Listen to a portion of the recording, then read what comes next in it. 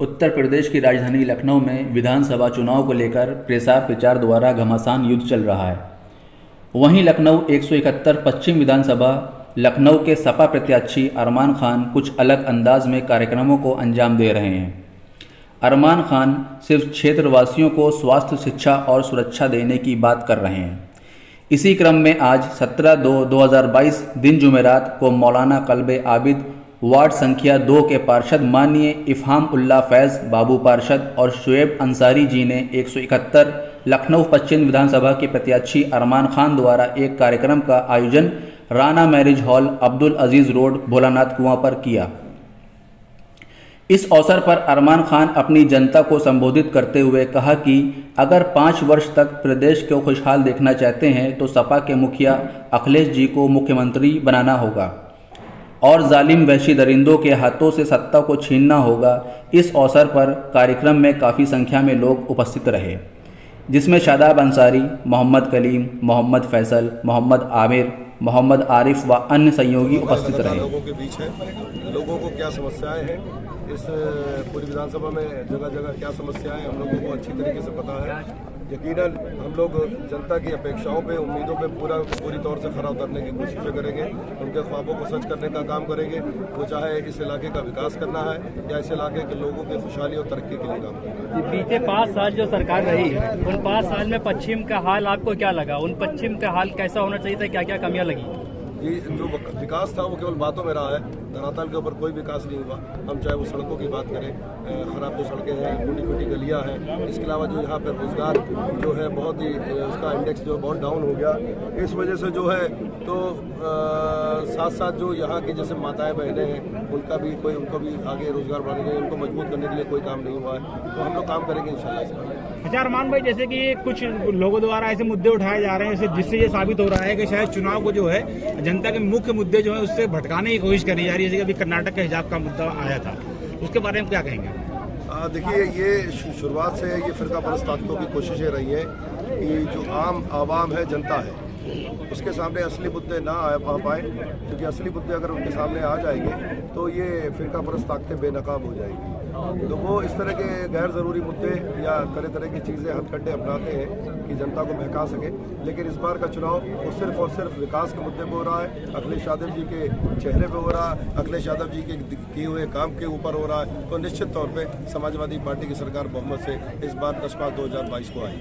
देश के जो प्रधानमंत्री हैं उनका बयान ये है कि जो समाजवादी की सरकार थी पिछली, उसमें जो है व्यापारियों को माफिया लोग धमकाने का काम करते थे और ये योगी की सरकार में जो है अपराध के ऊपर अंकुश लगा है। ऐसा बिल्कुल नहीं है। अगर आप आंकड़े देखेंगे नेशनल क्राइम रिकॉर्ड ब्यूरो के, तो पिछले 5 साल के कार्यकाल में जितना अपराध में वृद्धि हुई है उतना कभी भी नहीं रही है। तो निश्चित तौर पर उनकी बात को, उनके झूठ को ये दर्शाता है कि वो सिर्फ झूठ बोल रहे हैं और जनता के सामने सच को नहीं रख रहे हैं। एक आपके पश्चिम क्षेत्र से जुड़ा हुआ मुद्दा है, लगभग 24 सालों से जो है ये जो हैदर कैनाल के ऊपर रोड बनने की बात चल रही थी, लगभग 24 सालों से फाइल अटकी हुई है, जिससे कि राजेपुरम वाले लोग जो है उनको काफी दिक्कतों का सामना है, जाम वगैरह रहता है। इसके ऊपर काम करा जाएगा सरकार में? बिल्कुल। हम लोगों ने पिछली सरकार में भी इस बात का प्रस्ताव बना था कि हैदर कैनाल के ऊपर यहाँ पर एक रोड का निर्माण हो, जिससे लोगों को ट्रैफिक जाम की समस्या से निजात भी मिले और लोगों को एक आवागमन की सुविधा भी बेहतर तरीके से मिले। ये हम लोगों के मुख्य एजेंडाओं में से एक है और निश्चित तौर पर सरकार बनने के बाद में हम लोग कोशिश करेंगे जितनी जल्दी हैदर कैनाल के ऊपर हम लोग रोड का निर्माण करवा सकें, शुरुआत करा सकें। इस बात का पूरा विश्वास रखें। अरमान खान साहब, अगर आप पश्चिम से विधायक बनकर आते हैं तो पश्चिम क्षेत्र में क्या क्या नए बदलाव जनता को देखने को मिलेंगे? विकास के क्षेत्र में, रोजगार के क्षेत्र में क्या क्या बदलाव नहीं मिलेंगे? देखिए, जो हम लोगों का मैनिफेस्टो है, उस मैनिफेस्टो में भी इस बात का जिक्र है और जो हम लोगों का भी पर्सनल जो हम लोगों ने मैनिफेस्टो एक बनाया है इस विधानसभा के लिए, वो इस बात की आप पूरी उम्मीद रखें, यकीन रखें कि हम लोग यहाँ के युवाओं के लिए, महिलाओं के लिए, आम जनता के लिए हम लोग एक नए और बुनियादी काम करने जा रहे हैं। वो विधायक के भले दायरे में या सीमा में नहीं आते हो विधायक के कार्य क्षेत्र में, लेकिन निश्चित तौर पे क्योंकि यहाँ के हम लोग जनसेवक हैं, यहाँ भी जितने लोग बैठे हैं सब जनता की सेवा में कई सालों से लगे हैं। निश्चित तौर पे जनता के लिए हम लोग करेंगे, भले ही वो राजनीति के क्षेत्र से जुड़े हो या अलग हो। राजनीति में भी प्रत्याशी से पूर्व भी आप लगातार समाज सेवा के कार्य से जुड़े हैं और कोविड के टाइम पे भी आपने जो काम किया है वो जनता ने खुद देखा है। तो क्या अब आपके जो जनता से क्या लग रहा है आपको, जनता आपके प्रति जो उत्साह है क्या देखने को जो आज मिल रहा है? मोहब्बत है, जो चारों तरफ से उमड़ के मिल रही, चारों तरफ से लोगों का आशीर्वाद मिल रहा है, वो हम लोगों के ऐसे ही हम साथियों के सब अच्छी, क्योंकि यहाँ जितने बैठे हैं सबने कोविड काल में सबकी मदद की है। सिर्फ ऐसा नहीं कि मैंने मदद की है, यहाँ जितने बैठे हैं सबने आगे बढ़ चढ़ करके उस दौरान में या उसके बाद में खिदमत के कामों में, सेवा के कामों में हिस्सा लिया है, लगातार लिया है। तो निश्चित तौर पे इन सब साथियों की वजह से और हम लोगों के साथियों के द्वारा किए गए काम की वजह से आज जनता का प्यार हम लोगों के ऊपर चारों तरफ से बरस रहा है और यही प्यार हम लोगों को विधानसभा में भी पहुंचाने का काम करेगा और उत्तर प्रदेश में समाजवादी पार्टी की सरकार बनाने में भी। हरबन भाई, एक सवाल और है कि कुछ महिलाएं जो हिजाब पहनकर घंटा घर जाकर कुछ लोगों को भड़काने का काम कर रही हैं, इस पे आप क्या कहेंगे उन महिलाओं से? मेरे ख्याल से ये मुद्दा अभी का नहीं है, आप शायद पुरानी कोई बात कर रहे हो। नहीं, पुरानी नहीं, अभी का मुद्दा है, अभी पिछले इसी संडे का है। मेरे संज्ञान में नहीं है जी। और मैं इस बारे इससे में पूरी जानकारी करने के इस चुनाव के दौरान में इस चुनाव के दौरान ये भड़काने का मुद्दा है।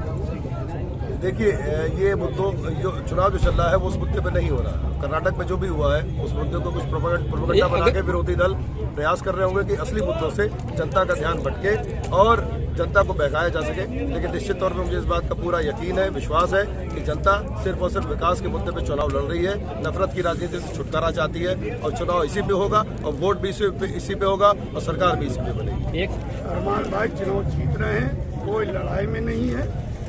अरमान भाई भारी मतों से पश्चिम की जनता जिताएगी, ये समस्त क्षेत्रवासियों की तरफ से मैं अरमान भाई को विश्वास करूँ।